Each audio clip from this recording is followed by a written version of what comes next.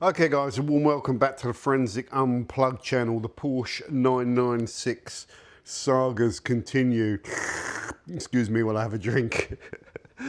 So, if you're following the main channel,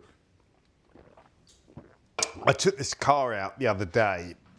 And I haven't driven it that many times since doing the carbon fibre roof. And I was getting all sorts of weird noises that were really hacking me off.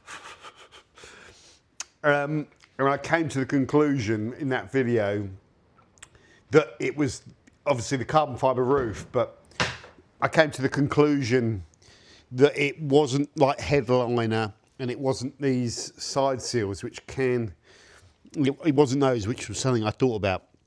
So I've gone in and I've taken everything back out again, chucked it all over there and all the headliner out and all that sort of stuff to try and fix the problem. And here's the thing, I think I've fixed it. So I've just been for a test drive. Before applying the fix, it was like these little soft tacky taps, like tacky little fingers sticking and lifting off things everywhere. And mainly coming from the back. And now when I drive the car, I've got the battery off, so I just need to be careful. Now when I drive the car after applying the fix, especially, nothing's perfect in there because there's so many rattles from so many different places, especially when you got the headliner off and all that. But it's not doing that horrible thing it was doing before. Yeah, it's not doing that horrible thing it was doing before. Always thinking. And so what I did was I got some of this, which is like a rubber, and I chucked it all in. I was going to try that as well, which is a hardening kind of putty resin. And I got in the car, and I'll just show you. I sat my ass down here because this is the only way to do it. I'm just getting in position, like Hightower from Police Academy. I've been in here for hours. It's quite comfortable. And I just sort of started pushing along the roof looking for creaks. And when I came back to here, this part of the car, this is the crossbar that goes across. When I pushed on this with my fingers here and pushed on this with my fingers, it was making all sorts of popping and creaking noises, okay? Really, and I didn't have to push hard. It was like, so that was like the culprit, okay? You see that channel there? That's where the butyl runs in that channel. So I thought butyl was like the plasticine putty there's a bead of it along there. Now, a few things over here. I think the cracking noise I was getting when I was pushing down on the roof, so it's going tuck, tuck, tuck when I pushed down on the roof, was the butyl coming off and like tacking and tick, tick, tick. That's what it was, I think. So I pushed in there with a non-marring tool that's over there somewhere, and that tapping noise went away. And then I went outside and pushed down on the bonnet, on the roof, and it had gone. It was fixed. But what I found is the majority of the creaking was right here in the middle. It was really bad. And so what I did was I wedged that rubber under there, that rubber mat, and then wedged a little bit in there. And I did it all, got it all wedged in, and it made no difference whatsoever. And my battery's gone on my torchy. There's no point in bringing that in the car. It made no difference, and I was like, oh, Jesus Christ. There's nothing I can do. There's no point in me filling all that up with Tiger Seal, really, because there just isn't any point. And it was creaking so bad, and I was starting to think the creaking was actually up here somewhere. And I was like, right, I've got to live with this creaking. You've got to live with it. and it would have really bugged the hell out of me. But because I was kind of levering this back and pulling this down to get me a bit of a gap to push in my rubber, just before I was about to pack up and down tools, I thought, oh, I'll just push on this metal brace, and I just pushed it. And it's very thin steel, and I pushed it, and I felt it going up. Just pushed on it to make sure it was back in position. And then, like, after I did that, I just checked it for creaks, this horrible tapping, creaking noise, and it'd gone. And it'd gone completely. And I thought, oh, it's gone, it's fixed. But then I'm trying to rack my brains as to why pushing up on that metal would fix the problem. And it must be that it wasn't really, that there was a gap between the roof and the, I from memory, that the sealant line, the putty line, was the high point, even though it's kind of compressed. That was the high point. So I'm just wondering if just pushing up on it has just actually kind of made the seal. But we've got that rubber over the top of that putty line, so it can't really be anything to do with that. And I was starting to think the creak was more up here. It's completely gone. It was, every time I was pushing on here, if I'd push there, it'd be going hard to, Dr. Dolittle, hard to make the sound it was making, but like a creaking noise, creaking sort of, and it was really loud, really obvious, and that's what I was hearing. So for some reason, the fix seems to have been to just push this panel up into the roof with a bit of force, enough force to just move it. So it appears to be fixed. Now I've just taken it for like a 20-minute drive to just to go over the chassis, because just to work, so the chassis gets pulled around a little bit. Because the thing I'm worried about is that it will pull again. So if imagine you've got your two, catwalks, and the bars are what are interconnecting it. So the frame and the shell is going to get pulled around, especially on track, and from driving it hard and cornering hard, it's going to pull on it. So is that going to pull? Is that going to pull that? Is it going to pull it apart? Is what I was thinking. So is like the problem going to come back later on? And I came to the conclusion it's a possibility. But I've got no other cards to play here. And the only other card I could play is I could just ram it full of Tiger Seal, but it would just make a mess. And I don't think, what I'm thinking is whatever was making that tapping, creaking was such a specific thing that I could put as much Tiger Seal as I like in there. It's not going to change any positions or anything. And the little specific point that was creaking it's very unlikely, or it's 50-50, that the Tiger Seal will get to it and do anything with that. So I'm thinking that I should just leave this, because it hopefully will stay fixed. What do you think? It'll be a pain if I have to drop this headliner again. But the reality is of this car is, well, it's very nice and comfortable. I don't know if you can see me. The reality of this car is when you go and do something like this install, you're not going to have the OEM experience where everything's silent. But you don't get that on these Porsches anyway. This dashboard, which I don't think has ever been out of the car, creaks. There's a creak coming from there.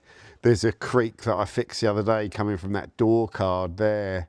There's a creak coming from around here that I think I fixed. I wrapped, there was a big socket on there, and I wrapped it in electrical tape, and I wrapped that in electrical tape. And I come to the conclusion that they were also causing a creak because I tucked that head shell under there on the panel, and when I touched it, the electrical tape moving on it made a creaking, tapping noise, and I think that's what I was hearing. So I cut the head shell off. It's pointless to keep it. I'm never going to put a sunroof back in. I could chop these head shells off, but I didn't. I don't know why. There was a reason. One of the cables, I wasn't sure what it did. One of them was for the control module for the sunroof. The other one was connecting, I think, to the sunroof motor. I could cut that head shell off, but I've wrapped them in fabric tape, which shouldn't creak.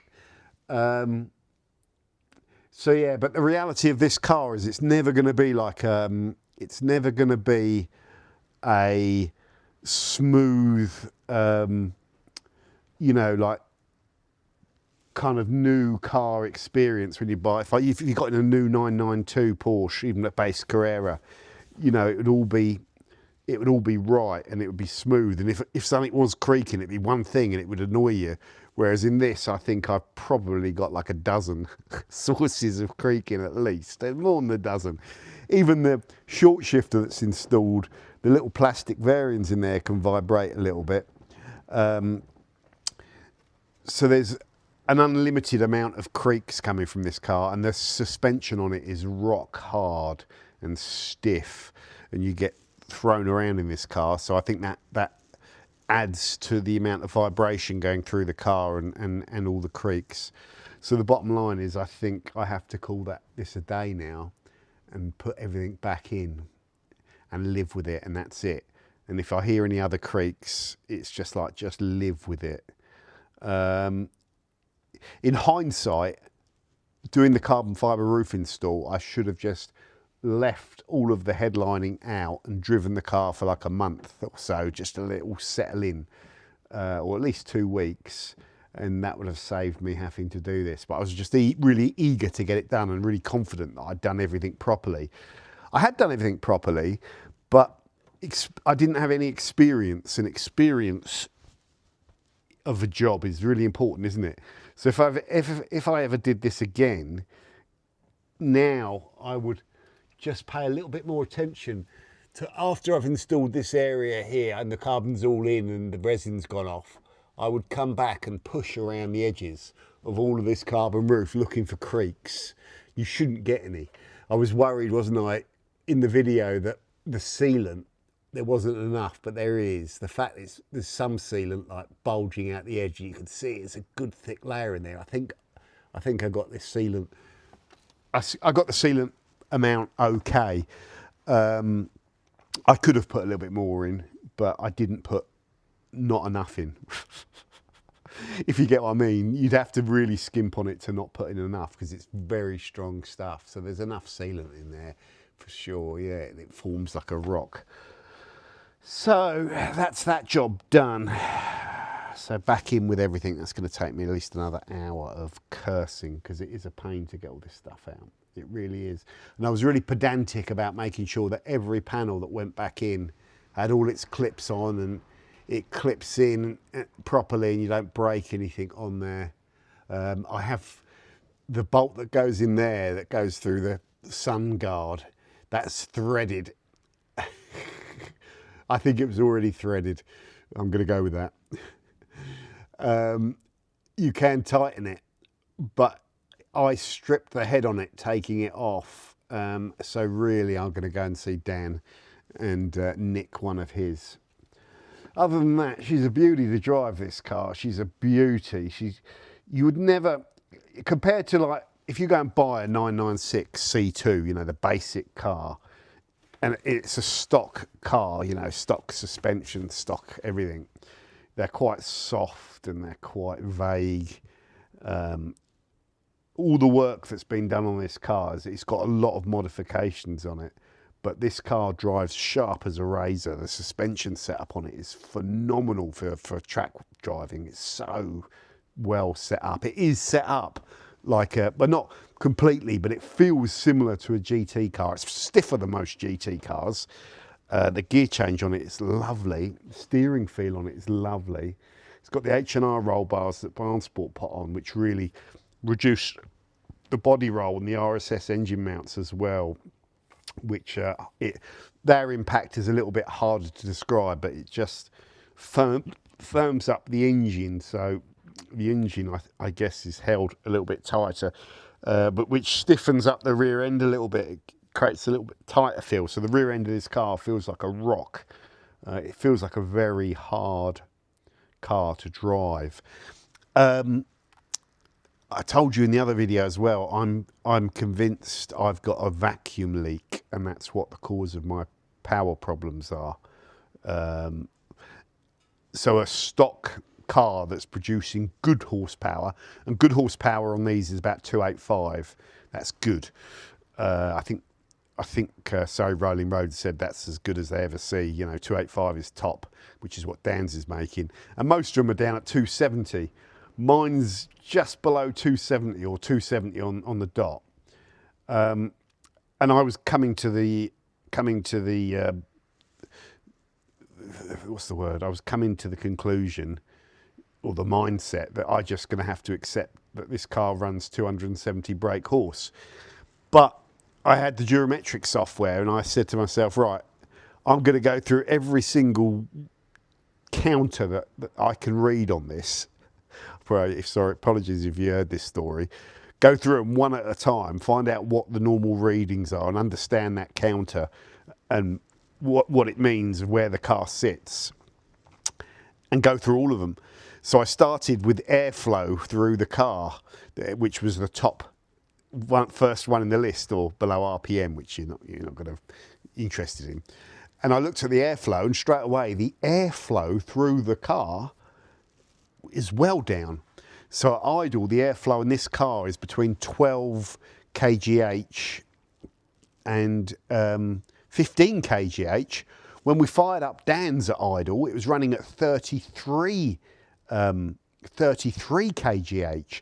So in other words, Dan's car is sucking in almost twice as much air as mine, or roughly twice as much. His settled down to maybe 25 to 28 after the car had got going a little bit, but roughly double the idle airflow through the MAF than what I'm getting. Double. At 2,000 revs, I get around 45 and Dan gets around 65. So when the engine starts sucking, the airflow goes up a bit better. It implies to me there's a low level vacuum leak that's significant. It's a significant vacuum leak, I think. It's not the MAF, because I've tried multiple MAFs and they both read the same. So I don't have a faulty MAF, and I cleaned the MAF as well.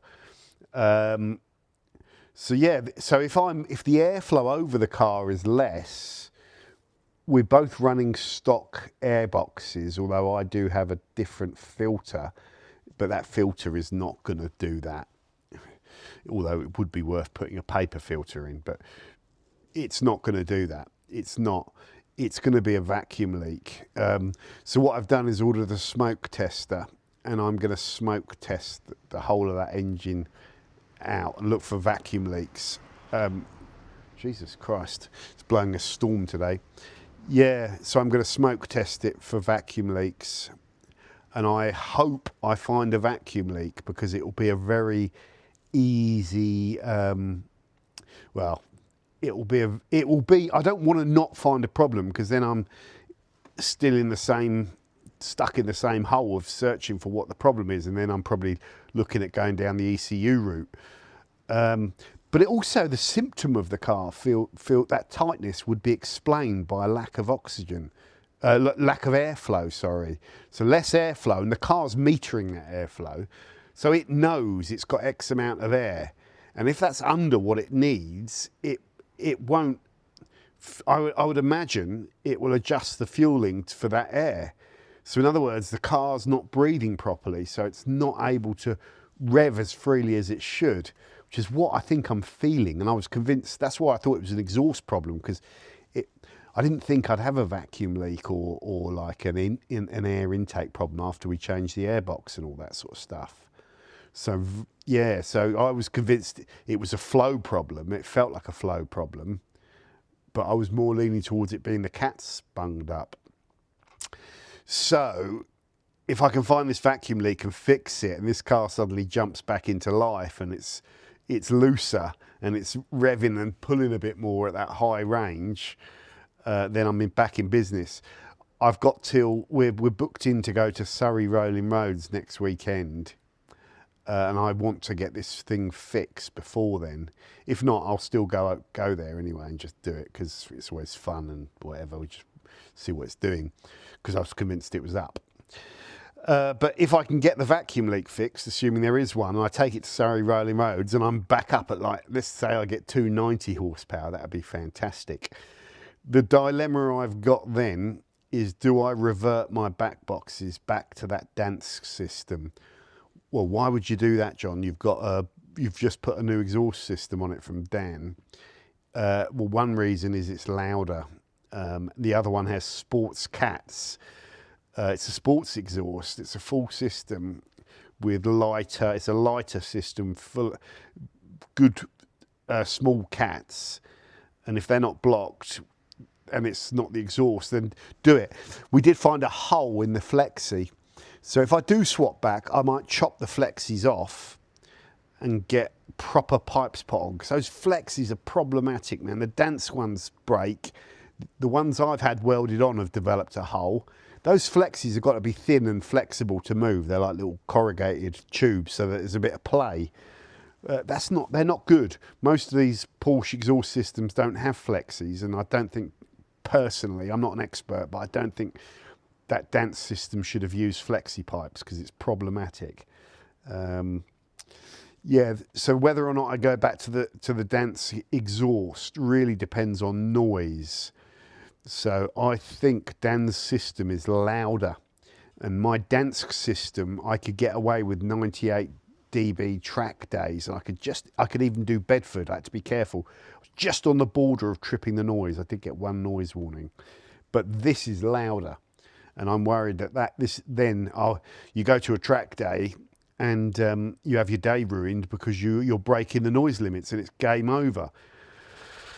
So we might have to take that, swap the exhaust back, which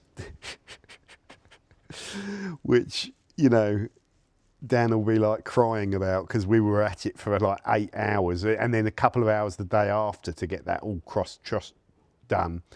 But the thing is, the Dansk exhaust is loose fitted on the back of Dan's car, so getting that off will be 2 minutes, and we know what we're doing now. So I reckon we could have this exhaust. We'll have those header bolts off.